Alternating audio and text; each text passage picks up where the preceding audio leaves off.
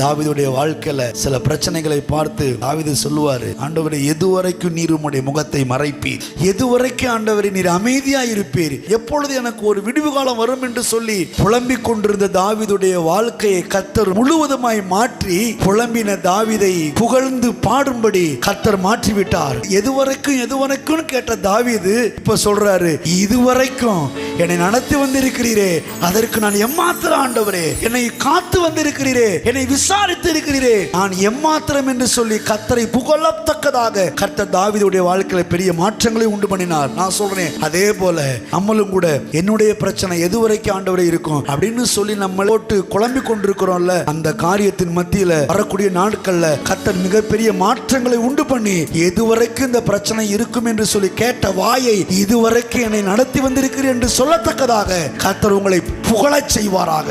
அவரை மகிமைப்படுத்த செய்வாராக.